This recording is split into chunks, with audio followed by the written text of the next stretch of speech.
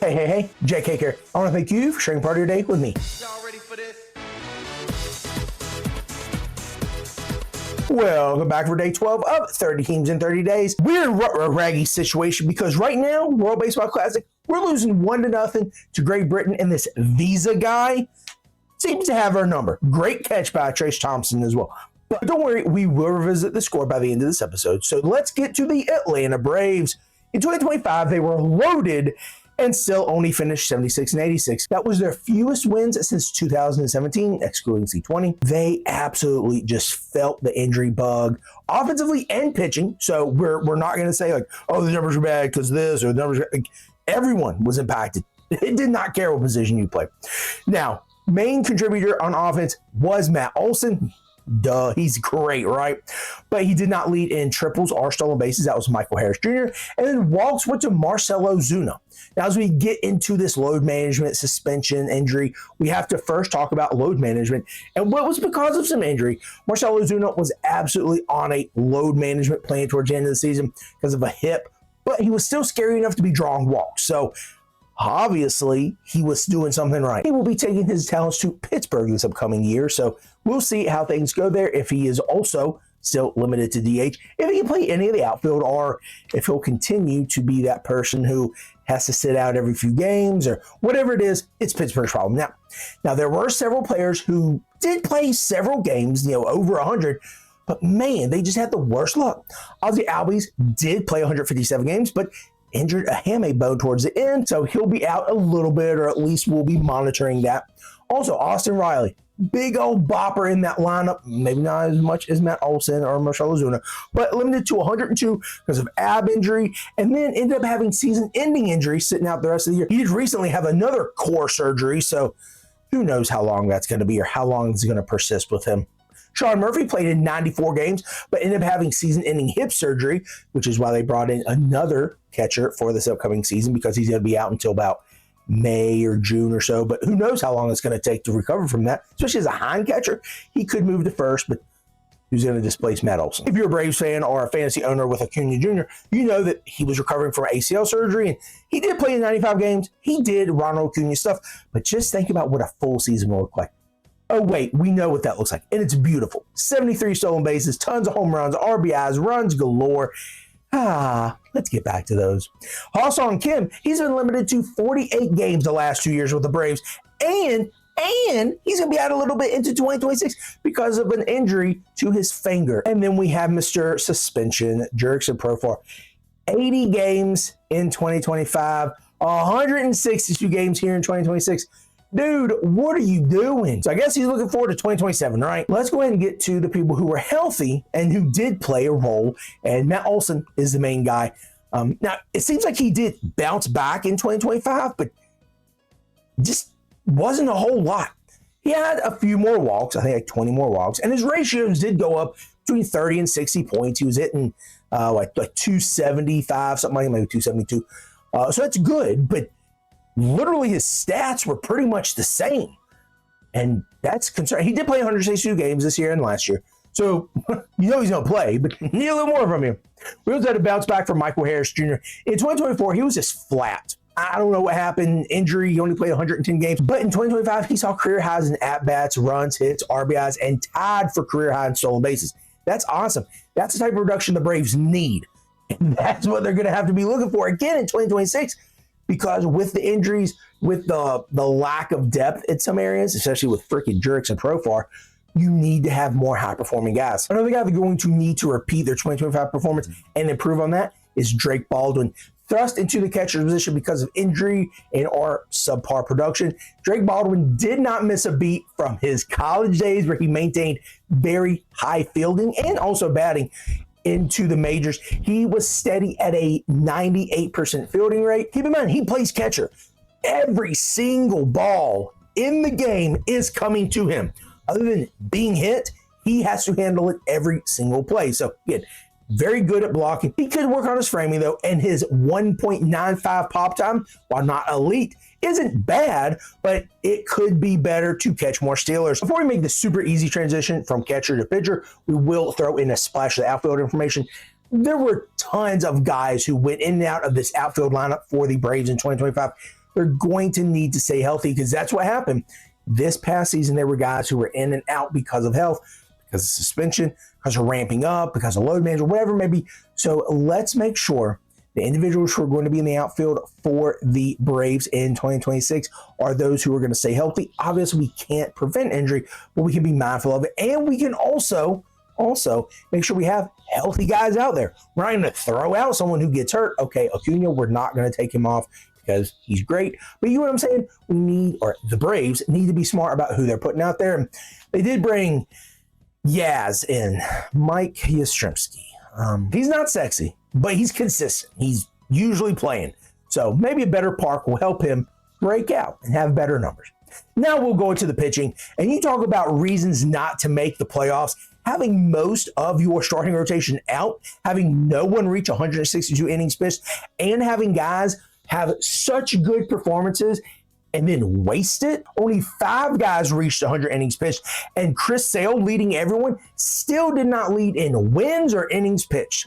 Bryce Elder did, of all people, and I can't stand him because he was so good some cases and then absolutely crap the bed in others for multiple fantasy teams of mine. So I will absolutely not like Bryce Elder.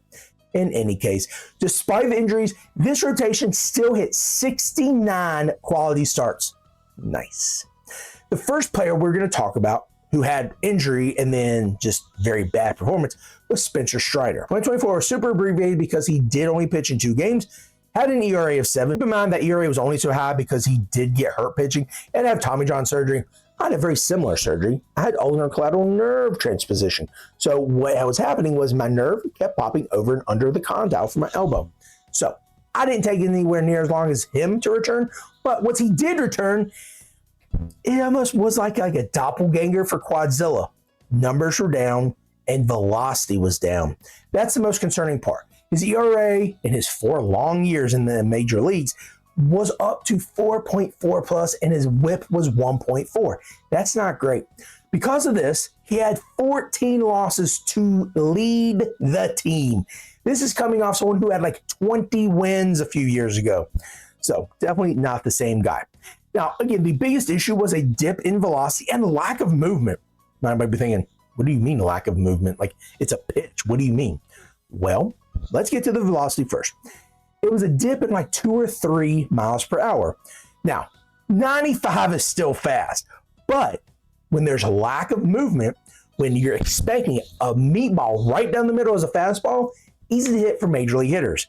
But when you have ones that have more movement, like Strider did because of physics, it would either be late tailing down or it would tail down very abruptly. And that is what we call rise or fall. Most of the time, you will see that with curveballs. You might have also heard about this with softball. Because of the pitcher rotating her arm, the ball actually does go up in the zone the further it gets to you or the deeper it gets to you. You will see this change of action or movement because of aerodynamics. Can't really go too much into it because I'm not a physicist. Where is Bill Nye when you need him? Or look up clips about great pitchers doing their thing. Look up how they hold the ball, what they do when it comes to their rotation, and what their goal is to do with the ball. Do they want it to stay in the zone? Do they want it to drop off? Do they want it to whip, slider, sweeper, whatever it may be? Look that stuff up. It's important to know. Now let's move on to another Spencer with a little more favorable outcome, but also hit with injury bug. Spencer Schwallenbach. Now I call him like Bachenberger and stuff like that because he has a funny name. But in 2025, he was seeing career highs, or at least improvement for 2024. It's only 2 years in the league, right? But he was absolutely on fire until he had arm tightness in the game in late June. 12 strikeouts against the Phillies. Feeling tightness, he didn't want to come out, but he had to. He fractured his elbow. And of course, it was his pitching elbow. So of course, it's going to take a little longer to recover from, especially with all that torque and all that power he has to get from that pitching elbow. But 2026 should be good. But in fantasy purposes, do you want to draft a guy who has a history with arm issues for pitching? I don't know about all that. Now, I'm not saying he's not going to be good, but the fear comes up, is he going to have Spencer Strider type numbers? I don't know. I hope not. He's still young, still good, just like Strider. So hopefully both of the Spencers will do well for the Braves. Moving on to another pitcher who had a really good game going, didn't have the outcome we wanted, but then also did face injury. Grant Holmes is the doppelganger of Kenny Powers. He also had a legendary type performance, again, in mid-June against the Rockies.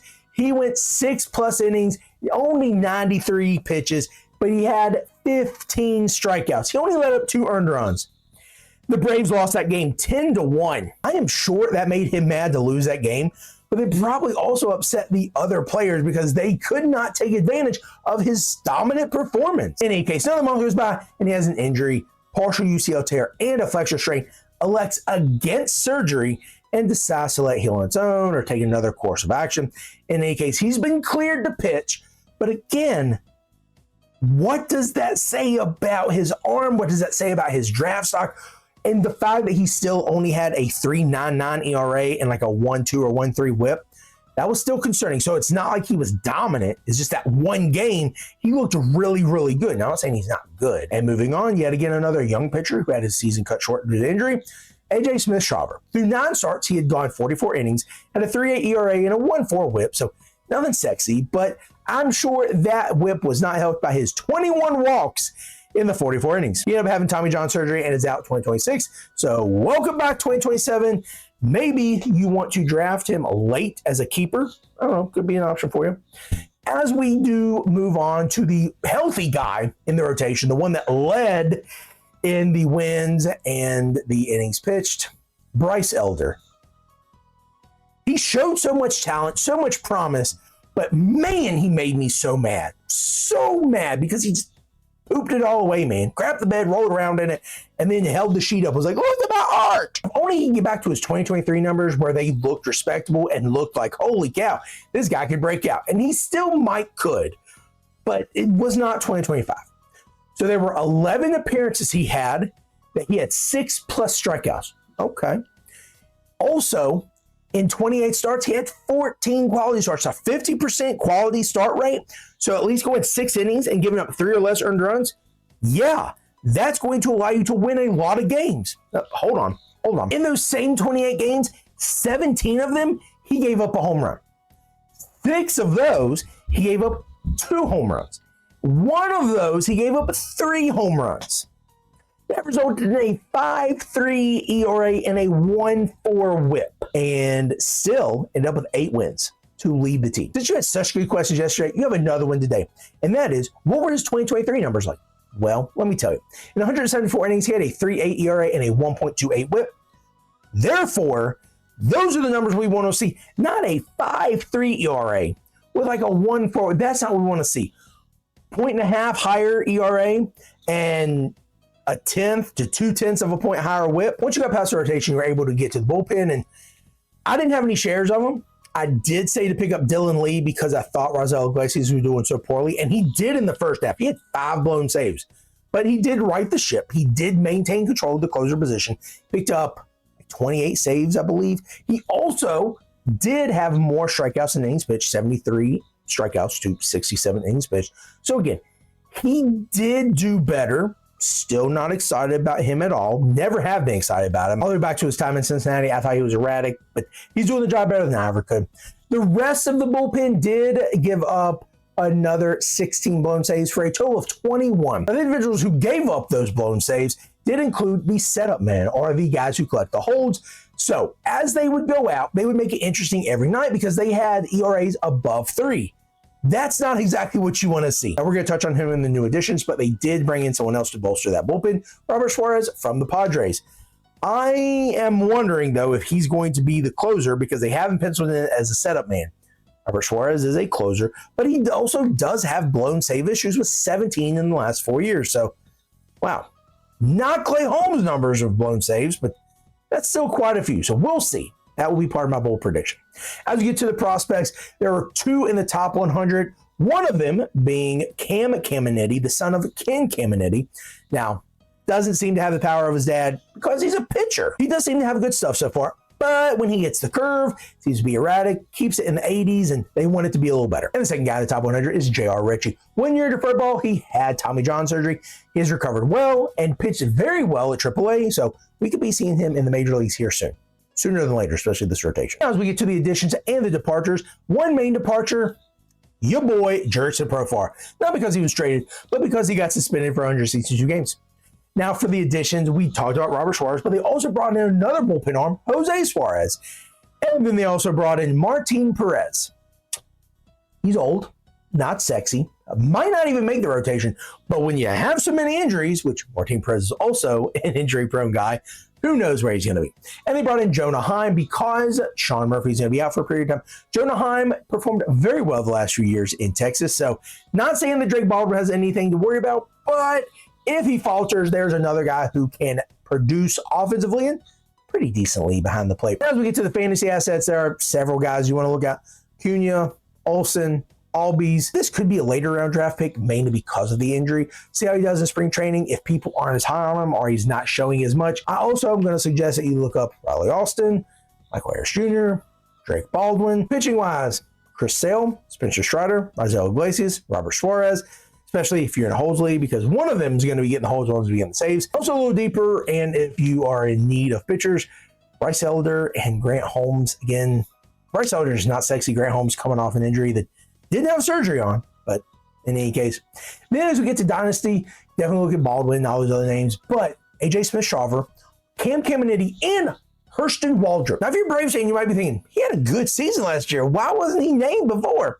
Well, he's not in the starting rotation right at this point in time. With injuries, I'm sure he'll get the call up, but definitely look at him. He had like 9 starts or something like that last year, so 2.89 ERA, respectable whip, getting some strikeouts too. So for some odd reason, people didn't pick him up. People are not looking at him. That is a dynasty guy for you. As we get to the bowl predictions, this is going to be an offensive explosion. Acuna, 40-40. He's going to have more than 40 stolen bases. He should. He had 73 a few years ago. Then we're going to have at least 30 home runs and 75 RBIs for Mr. Austin Riley. And my boy Matt Olson going to have 40 home runs, 100 RBIs, and 100 walks. Boom. As we get to the pitching, you have Chris Sale, you have Spencer Strider, and Grant Holmes getting 10-plus wins each. And then you have Robert Suarez being the closer.